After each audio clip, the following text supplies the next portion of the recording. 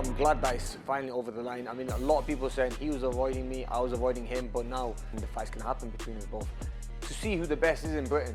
I mean, I was campaigning in America for a very long time, fighting the big names over there. Kell was doing the same thing over here. And you know, we've both been world champions, we've both won big fights, we've both tasted defeats, and I think this is the time now, I think it's the right time where we're going to show who the best fighter is, because there's still, you know, there's still questions up in the air. Who is the best fighter? Is it Amir or is it Kell? Obviously, I'm going to say I am. I think I'm the better fighter. I think I've been in with the bigger names, the better names, and I've beaten the better names. But obviously, Kell doesn't think that, and a lot of fans out there are confused. Who is the best out there? So I'm glad that we've got this fight for the public, not only in Britain but all around the world. Because even when I was in America, people would say, "Hey, we would love to see that Kell Brook fight." It got to the point where, in my opinion, Amir didn't have anywhere else to go. Nobody wanted to see him fight Billy Dibbs of the world. Nobody in America really wanted. You know, he's burnt his bridges in America, and he knows this is a big money fight. It's a big draw. You know, so I think that it's come to the final stage of his career where he thinks, I'm gonna grab a load of money, and it's a fight that he thinks that he can win in his own mind, but we've got a different mindset. We know what we're gonna come to do, and he's gonna know real quick in the fight of the first round how big, strong, and determined I am.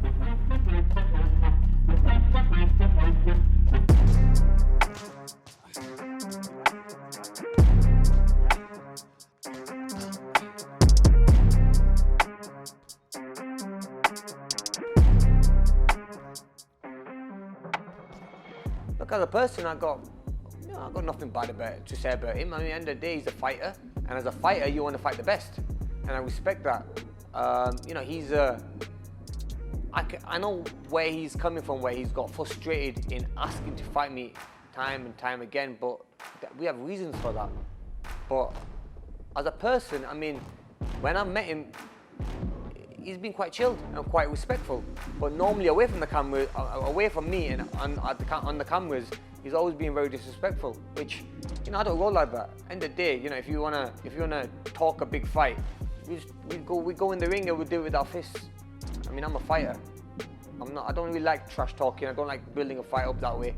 I like to just go in there and do my business, and obviously Kell knows that as well. I don't really know him as a person. You know, I hear things, you know, because boxing's it's only small. Everybody knows everyone, and I hear that he's a decent kind of guy. You know, I'm not gonna kill him. You know, I hear that he's an alright guy, but you know, I just want to punch him in the face. Me, you know, I just don't like the guy. I just don't like how he comes across to me. You know, but everyone's got their own. You know, everyone's got their own, what do you say, thing on things.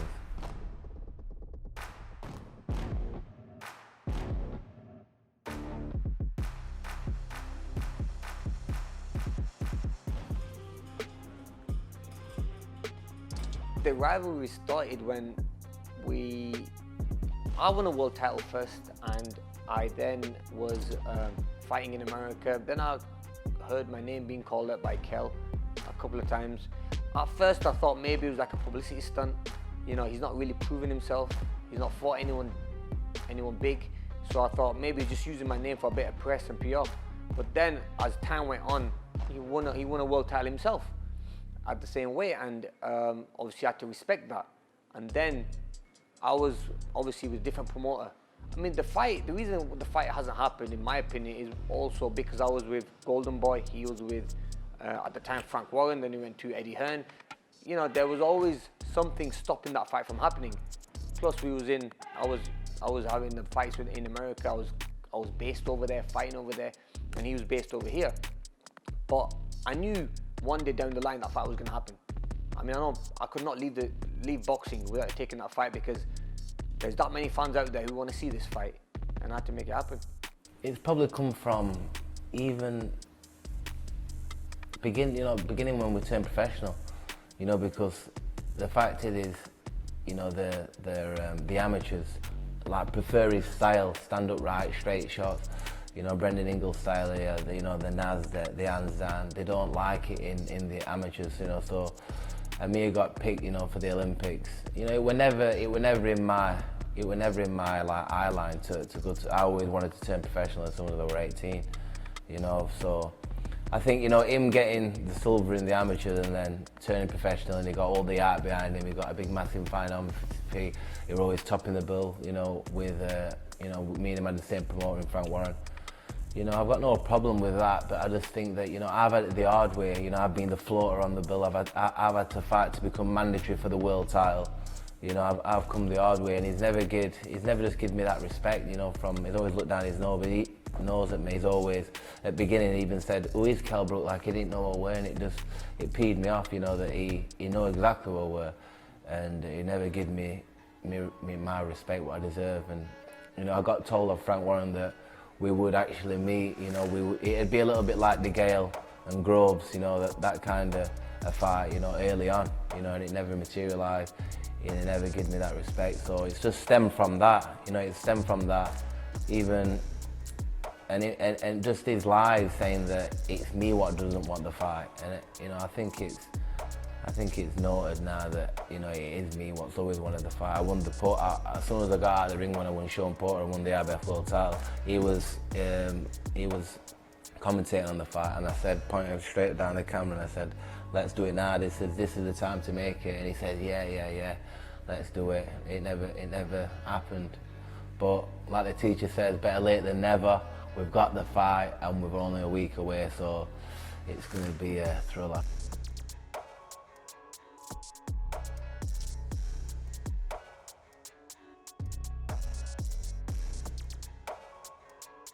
I mean, if he wants to give it the big talk, I'll give it a big talk back. But like I said, but end of the day, he's gonna be on his own. His team might give it the big talk as well. You might get Dominic Ingle, you might get his father say a few words, but let it be. I mean, because he's gonna be alone in that ring, and I'm just gonna go in there and just do what I do best, because I have made that mistake where I've let words get to me. I've gone in there and left the game plan out and gone to war. I mean, I'm not that young kid no more, I'm going to be smart, I'm going to box and get the win. It's interesting, you've got to look at Tyson Fury and people like that, because there is a lot of that involved, in this game as well. I've just got to, before this press conference, I've just got to not just fire off my emotions. I've really got to try and reserve myself and do what I think's going to be right in this fight all the way through, from fight week to the fight, So I've got to try and just curb it. Look, I'm not going to get my emotions in between this fight. I'm just going to go in there and just do my job. My job is to go in there and win and show people where I belong. And I always said I was going to beat Kell Brook, and I'll go in and beat him. So I'm not going to emotionally get involved in any trash talking or get involved in wanting to knock him out, because obviously I made that mistake before. When you want to go to war with someone, you're going to leave yourself open and get caught. I'm going to be smart in this fight. I'm going to go and do what I do best. If he wants to have a war, I can have a war as well. I can stand there and we can punch away. But I'm sure my team will have a game plan for me to stick to, and I will do that. I'll go in there disciplined. As I've got older now, it's only made me more smarter to stick to the game plan, be smart in all the fights, and do what's going to get you the win. I get the win, and maybe a stoppage. I'm not going to go looking for it. I just know that once I get my combinations in, I get into the flow, I start catching him. I don't think he'll last. We've trained for 12 hard rounds, but we don't get paid for overtime in this game. So, I'm looking to finish him. I don't want to go 12 rounds. I want to hurt him. I want to finish him. That's what I want to do. If he somehow manages to get through it, it's going to be a one-sided fight for me, winning on 12 rounds. When I'm in front of him, it's time to have a war. You know what I mean? He's going to be in front of my face, and that's going to be someone who I'm going to be punching, and I'm going to knock out come fight night. Respect, put that to a side. It's time to fight, basically. You know what I mean? Look, the respect is there, but in the day, we're both fighters, we're prize fighters, and I know for a fact that I have to work hard for this fight, and I have to go into this fight and win this fight. This depends on my career. Everything depends. I have to get through this fight and win this fight in good fashion to prove to people what I've been saying all along, which is I'm the better fighter and I will beat Kell Brook. There's going to be, like I said, I watched the Williams and Eubank, and I took something from that. I took the, because it's a little bit similar to mine, because I know that they don't like each other, and you went in there, Williams, with a lot of rage, and I can't really bring that rage and them emotions in. As hard as it's going to be, I've got to stay professional and just try and keep them behind me, while I go in there and do it and be professional. But there's gonna be a lot of emotions, because it's been a long time coming. But I've got to be professional, and I've just got to go out there and do what we've planned to do. I mean, I'm not looking at not beating him. I mean, look, I'm confident I get through this fight and I beat Kell Brook in good fashion. There's levels in the game. I fought the best all around the world. I mean, it's never crossed my mind that I will get beat by Kell Brook.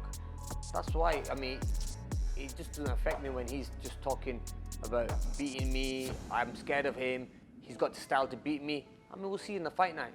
But to be honest with you, I've never ever thought about him beating me. He can't beat me. I'm a better fighter. I mean, I've been in with the better names. I've beaten better names. It's another day in the office for me. If you ask any world champion, any fighter, that don't come into the mind. That's why they're as successful as they are. It's all about the mind, and I'm going in there believing 100% that I'm going to beat him. There's not a doubt in my mind. Because I know that what I've put in, I know that what's in me, I know that how much I want it. I know that it's written for me to go out there and to win in style on the 19th. Yeah, I can end the chapter now, because once I fight him and the fight's done, I think no one needs to ever mention that name again. I've fought many guys, beat many guys. This is going to be my 40th fight. There's 39 other fighters I've fought. See, they've forgotten about. I mean, now it's all about Kell Brook, and people can talk about that because he's from Britain as well. But once I beat him and I get past this fight, I don't think his name will be mentioned again. I don't really get that far ahead, in my mind. I'm just concentrating on the fight. I'm not thinking about what happens after and the chapter being short. All I'm thinking about is that first bell and how the fight's going to go. That's what's in my mind. I'm not bothered about, being his friend or the chapter's ended or what I'm going to do after. That'll just come after naturally, but what's in my sights is him, Amir. That's what's in my sights, the 19th, being absolutely in full-blown Lamborghini mode and being optimal for that night.